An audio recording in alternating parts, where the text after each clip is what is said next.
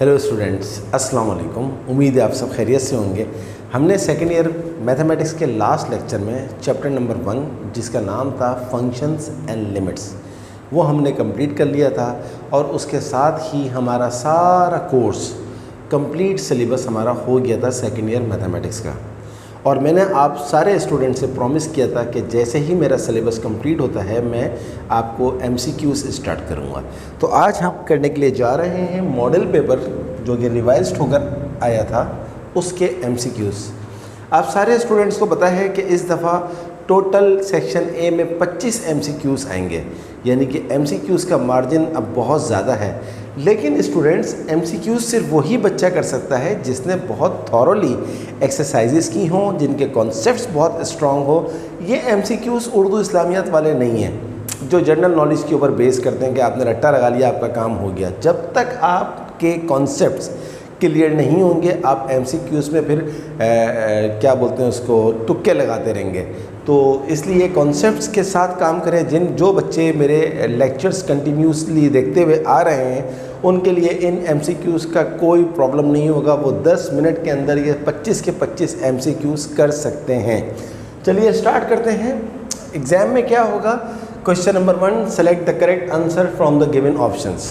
कुछ बच्चे बहुत बड़ी मिस्टेक करते हैं कि सारे MCQs, हर पार्ट का पूरे पार्ट्स MCQs के जो है वो कॉपी कर लेते हैं। नहीं, ऐसा कोई ज़रूरत नहीं है। आपको खाली करना क्या होगा, आपको लिखना होगा सोल्यूशन पार्ट नंबर 1 और पार्ट नंबर 1 के आगे आपने इसका आंसर कर देना है। That's it. आपने इन 4 में से एक आंसर यहाँ लिख देना है, वही आपका आंसर काउंट होगा। आपको ये पूरा MCQs कॉपी करने की या आम अल्फाज में कहें छापने की कोई ज़रूरत नहीं है। आपको सिर्फ और सिर्फ करेक्ट आंसर लिखना है इसके आगे, और आंसर सही होगा आपको फुल मार्क्स मिलेंगे। स्टेप्स की कोई ज़रूरत नहीं है, कोई ज़रूरत नहीं है स्टेप्स की। हाँ, आपको अपना MCQ सॉल्व करने के लिए आप साइड के ऊपर एक रफ़ वर्क का ऑप्शन दे सकते हैं, और आपको देना भी चाहिए, क्योंकि जब आप रफ़ वर्क का ऑप्शन देंगे तो फिर आप MCQs को देखते हुए पूरा सॉल्व करेंगे और फिर आगे आप इस जगह पर आपने बिल्कुल सही आंसर लिख देना है। So no need to write the whole MCQ, वरना तो आपका ये 25 MCQ लिखने में सारा 2 घंटे का टाइम ख़त्म ही हो जाएगा। फिर आप शॉर्ट क्वेश्चंस और लॉन्ग क्वेश्चंस कैसे करेंगे? नामुमकिन हो जाएगा आपके लिए। तो इसलिए आपको सिर्फ आंसर लिखना है। चलिए स्टार्ट करते हैं अपना MCQ नंबर 1। MCQ नंबर 1 है limit x tends to 2 x square minus 4 upon x minus 2 is equals to क्या आंसर हो सकता है इसका? 0, 2, 4, -2। अब आप सारे बच्चों को पता है कि मैंने जब लिमिट का चैप्टर पढ़ाया था तो मैंने आपको बताया था कि लिमिट के लिए हम जब डायरेक्ट पुट कर रहे हैं, अगर हम इस 2 को डायरेक्ट पुट करें तो ये हो जाएगा 2 स्क्वायर 4, 4 माइनस 4 हो जाएगा ये 0, और 2 यहाँ पर पुट कर देंगे 2 माइनस 2 हो जाएगा ये 0, और 0 अपॉन 0 जो होता है वो होता है इनडिटरमिनेट फॉर्म। तो ये सॉल्व नहीं हो सकेगा। लिहाजा मेरे पास लिमिट को इवेल्युएट करने का एक और ऑप्शन भी होता है, फैक्टराइजेशन। तो अगर मैं फैक्टराइजेशन का कॉन्सेप्ट यूज़ करूं तो फैक्टराइजेशन का कॉन्सेप्ट यूज़ करते हुए आप देखिए ऊपर लिखा हुआ है x स्क्वायर माइनस 4, इसको मैं लिख सकता हूं x स्क्वायर, और 4 को मैं लिख सकता हूं 2 स्क्वायर। अपॉन में क्या आ रहा है मेरे पास? x minus 2। तो x square minus 2 square a square minus b square का फॉर्मूला लग गया, तो ये हो जाएगा x माइनस 2 यानी कि a minus b, x plus 2 यानी कि a प्लस b। अपॉन में क्या लिखा हुआ है? x minus 2। अब आप x माइनस 2 से x माइनस 2 काट दें, आपके पास बाकी बचेगा x प्लस 2। तो अब आप लिमिट पुट कर दें। लिमिट आपके पास क्या है? x tends to 2। जहाँ जहाँ x है वहाँ 2 पुट कर दें, यहाँ 2 पुट कर दें, यहाँ पर 2 लिखा हुआ है, 2 plus 2 4। So 4 is the correct answer. तो अब आपका जो आंसर आ गया वो क्या आ गया? 4। ये आपका करेक्ट आंसर आ गया इन 4 में से। 0, 2, 4, -2 आपका आंसर क्या आ रहा है? 4। तो ये आपका 4 आ गया। ये आपका MCQ सॉल्व हो गया। सही है जनाब। चलिए अब हम करते हैं इसका पार्ट नंबर 2। देखते हैं कि पार्ट नंबर 2 में कौन सा MCQs है। पार्ट नंबर 2 बहुत ही आसान है। If f maps to R is given by fx is equals to x square, then f of 2, student बहुत आसान है। इसमें जो आपका एक्सरसाइज 1.1, 1.2, 1.3, 1.4, 1.5 चैप्टर नंबर 1 की एग्जाम्प्टेड थी, लेकिन इन्होंने फंक्शन का एक सवाल दे दिया क्योंकि ये बहुत ही आसान सवाल है फंक्शन का। आपको सिंपल ये करना है कि आपको f(x) दिया हुआ है x² के बराबर और कहता है f(2) क्या होगा। बस बहुत आसान है। f(x) अगर x² है तो f(2) क्या होगा, जहाँ जहाँ x है वहाँ पर आप क्या पुट कर दीजिए, 2 पुट कर दीजिए, तो ये हो जाएगा 2² हो गया हमारे पास 4। तो करेक्ट आंसर क्या है हमारे पास 4 में से, ये 6 है, ये 4 है, ये -4 है, ये 8 है, तो ऑब्वियसली 4 हमारा आंसर आ गया। तो इत्तेफाक की बात है, पार्ट नंबर 1 का आंसर भी 4 है और पार्ट नंबर 2 का आंसर भी 4 है। चलिए अब हम करते हैं इसका पार्ट नंबर 3, देखते हैं कि पार्ट नंबर 3 में हमसे क्या पूछा जा रहा है। पार्ट नंबर 3 है हमारे पास limit x tends to infinity 1 + 1/x का होल पावर x। अब स्टूडेंट ये एक ऐसा MCQs है जिसमें आपको कोई सॉल्यूशन करने की, जैसे मैंने यहाँ पर वर्किंग करी, यहाँ पर वर्किंग करी, ऐसी वर्किंग करने की कोई ज़रूरत नहीं है। Limit x tends to infinity 1 + 1/x की power x is always equals to e। इसका आंसर होता है e। इसको चेक करने के लिए आप एक काम कर सकते हैं कि आपका ये जो मैथ का बुक है इसका पेज नंबर आप 39 निकालें। पेज नंबर 39 यहाँ मैं लिख रहा हूँ, पेज नंबर 39। पेज नंबर 39 के ऊपर देखें, सबसे ऊपर ये थ्योरम आपको दिया हुआ है। ये असल में थ्योरम है, 1 + 1/x की होल पावर x हमेशा बराबर होती है किसके, 1 + 1/x की पावर होल पावर x बराबर होती है e। तो ये आपको यहाँ पर बाकायदा प्रूफ भी दिया हुआ है, इसका आपको प्रूफ भी दिया हुआ है, लेकिन आपको प्रूफ याद करने की कोई ज़रूरत नहीं है क्योंकि आपको एग्ज़ाम में जो है वो प्रूफ नहीं मांगे जाते कि जी इसको आप प्रूफ करें। तो ये जो था वो याद करने वाली बात थी कि 1 + 1/x की होल पावर x हमेशा बराबर किसके होती है, e की होती है। लेकिन मैंने आपको बता दिया कि बुक के पेज नंबर 39 के ऊपर टॉप के ऊपर आपको ये चीज़ नज़र आ जाएगी अगर आप में से किसी बच्चे को या किसी बच्ची को कोई कन्फ्यूजन है। चलिए अब हम करते हैं MCQs नंबर 4। MCQs नंबर 4 क्या है हमारे पास, slope of line 3x - 5y - 15 is equal to 0 is this और दिस और दिस और दिस। तो ये आपके पास लाइन है 3x - 5y - 15 बराबर है 0। स्टूडेंट हमने आपको जब चैप्टर नंबर 3 पढ़ाया था तो उसमें आपको बताया था कि स्लोप निकालने का एक शॉर्टकट होता है, उसका फॉर्मूला होता है slope is equal to minus coefficient of x upon coefficient of y। क्या फॉर्मूला होता है, minus coefficient of x upon minus coefficient of x upon coefficient of y। तो ये माइनस का साइन फॉर्मूले का आ गया। कोफिशिएंट ऑफ x, कोफिशिएंट का मतलब होता है जो x के साथ में लिखा हुआ है, x के साथ में क्या लिखा हुआ है, 3 लिखा हुआ है, अपॉन कोफिशिएंट ऑफ y यानी कि y के जो साथ में लिखा हुआ है, y के साथ में क्या लिखा हुआ है, -5, तो हमें माइनस की साइन लिखनी पड़ेगी -5। तो माइनस से माइनस कट गया, ओवरऑल आंसर क्या आ गया 3/5। तो जनाब आप देख लीजिए 3/5 कहाँ पर है, 5/3 ये गलत है, -5/3 गलत है, -3/5 ये गलत है। सो 3/5 हमारा आंसर आ गया। और किस तरह आया ये आपके सामने। तो ये वर्किंग आपको रफ वर्क में करनी होगी, ये रट्टा नहीं है कि बस आपको याद हो जाए। हाँ कुछ चीज़ें ऐसी हैं जैसे ये था, ये आपको याद रखना है। इसमें आप कह सकते हैं कि भाई मुझे याद करना है यानी कि रट्टा लगाना है। रट्टे का लफ्ज़ अच्छा नहीं होता मगर चलें कह देता हूँ मैं, तो इसमें आपको रट्टा लगाना था। Number 5, general equation of a straight line is y is equal to mx + c, x upon a + y upon b is equal to 1, y - y1 is equal to m time x - x1 ax plus by plus c is equal to 0।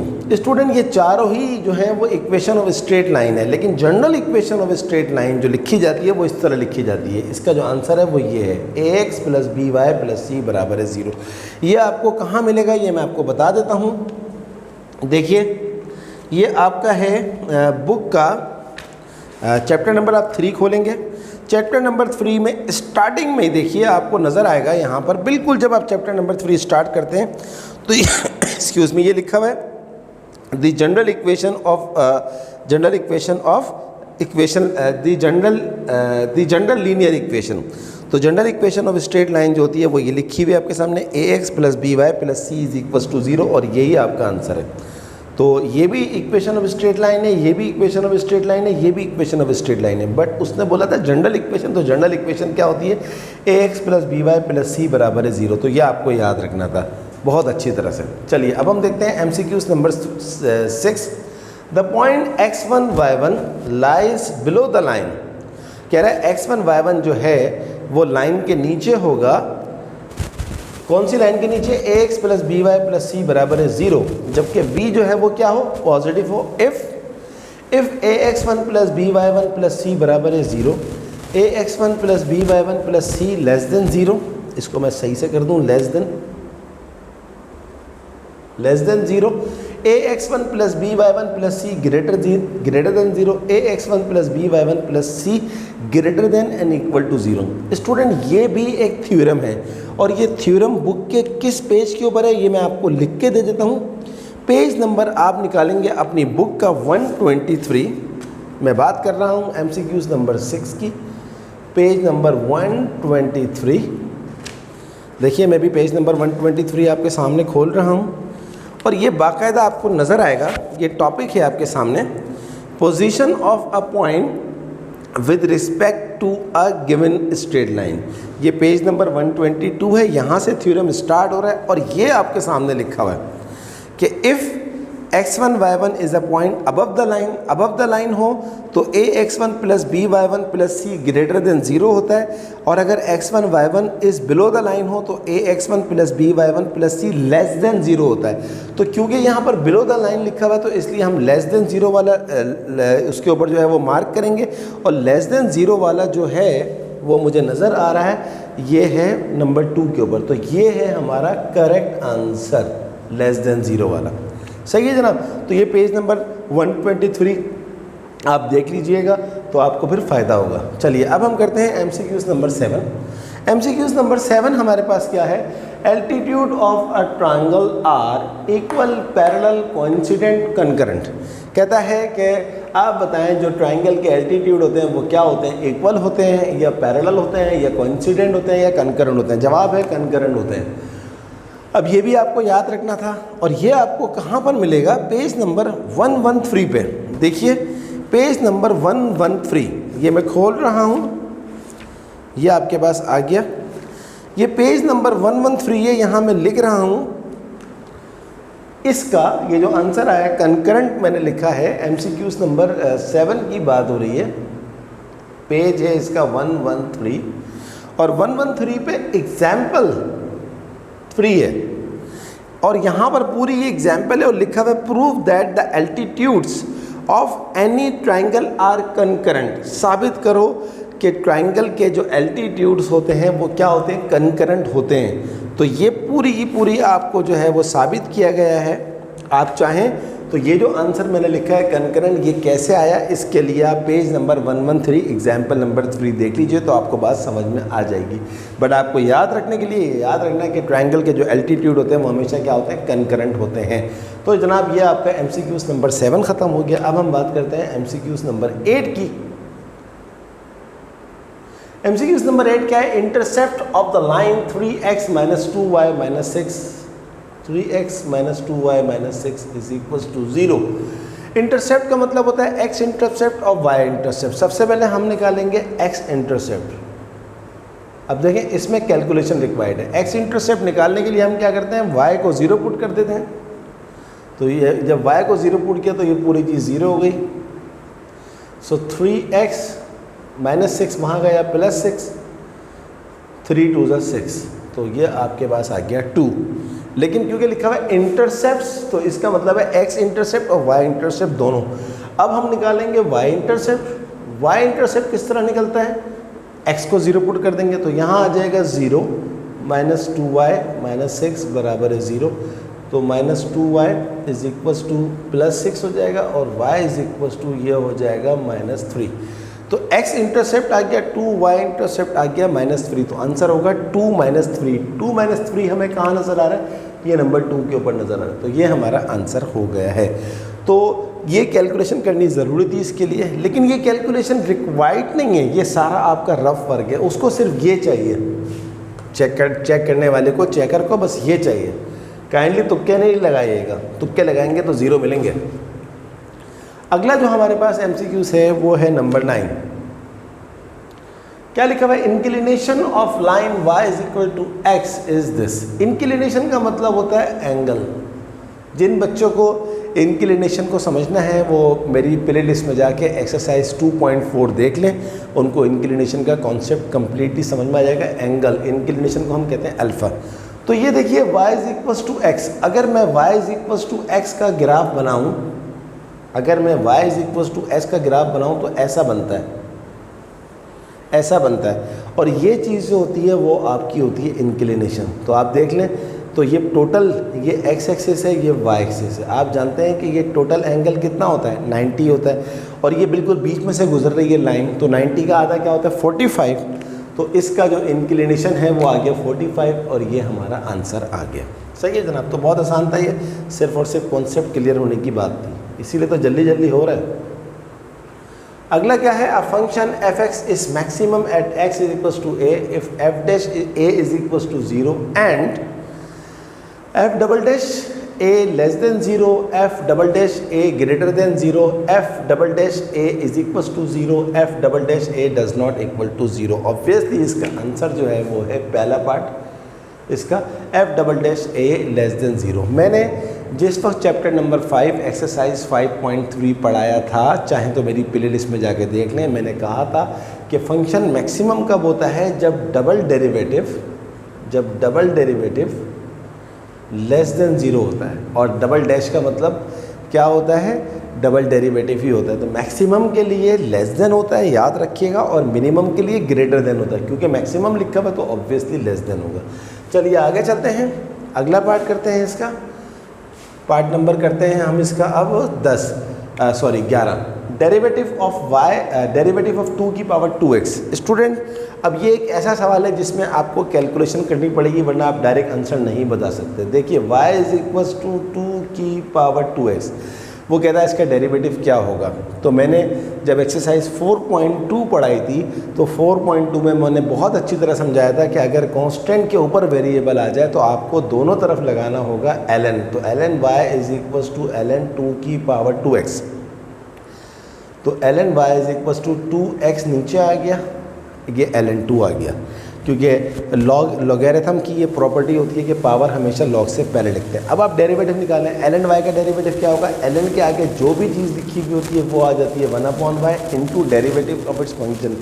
y का derivative मैंने बताया था dy by dx होता है, is equal to 2x का derivative क्या होता है? 2 होता है, और ln 2 तो है कॉन्स्टेंट। तो dy बाई dx, ये y यहाँ पर डिवाइड हो रहा है, वहाँ जाके मल्टीप्लाई हो जाएगा y इंटू 2 ln 2, और y की जगह पर आप ओरिजिनल जो आपने लेट किया था, y खुद क्या था? 2 की पावर 2x, तो इसकी जगह पर लगा दीजिए आप 2 की पावर 2x इंटू 2 ln 2, और ln 2 इंटू इसकी पावर क्या है? 1, 2 की पावर 2x, 2 की पावर 1 बेस सेम होती है तो पावर्स हो जाती हैं ऐड, तो ये हो जाएगा 2 की पावर 2x प्लस 1। ये आपका फाइनल आंसर आ गया, ln 2 मल्टीप्लाई बाय 2 की पावर 2x प्लस 1।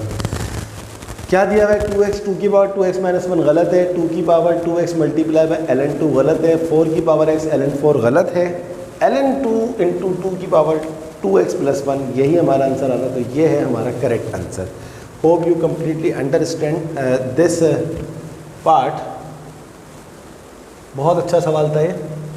चलिए अब हम करते हैं इसका लास्ट पार्ट। लास्ट पार्ट तो बहुत ही आसान है, लेकिन उसमें भी कैलकुलेशन रिक्वायर्ड है। Part number 12, D by D x of sine square x. Sine square x, तो किसी भी फंक्शन का डेरिवेटिव कैसे निकलता है? सबसे पहले उसकी पावर को लिखते हैं पहले, और पावर में से 1 माइनस कर देते हैं। 2 माइनस 1 क्या होता है? 1 होता है, तो ये ऐसे ही आ गया into derivative of its function. क्या मतलब है डेरिवेटिव ऑफ इट्स फंक्शन का?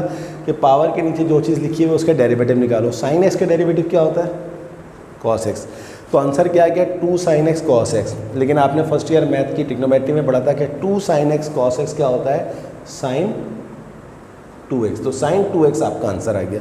तो आप देख लीजिए इसमें sin 2x कहाँ लिखा हुआ है, cos स्क्वायर x ये गलत लिखा हुआ है, sin 2x ये हमारा आ गया, ये हमारा रिक्वायर्ड आंसर है, ये सही आ गया, ये भी गलत है, ये भी गलत है। तो जनाब ये हमारा इस तरह हम करेंगे MCQs। आई होप कि you completely understand today's class. आज हमने 12 MCQs किए, अगले लेक्चर के अंदर मज़ीद 13 MCQs करके मॉडल पेपर इंशाल्लाह ख़त्म करवा दूँगा, फिर मैं जाऊँगा पास पेपर्स के MCQs की तरफ। तो खूब अच्छी तरह से इसकी मेहनत करें, कोई प्रॉब्लम हो तो ज़रूर पूछें और मेरे चैनल को सब्सक्राइब करना नहीं भूलिएगा, मेरी वीडियोज़ को लाइक करें, अपने तमाम दोस्तों को शेयर करें और उनसे बोलें कि आपको MCQs की तैयारी के लिए भी कहीं जाने की ज़रूरत नहीं है। सर आसिम आपको अब बहुत सारे MCQs करवाएंगे। तो स्टूडेंट अगली क्लास तक के लिए अल्लाह हाफ़िज़।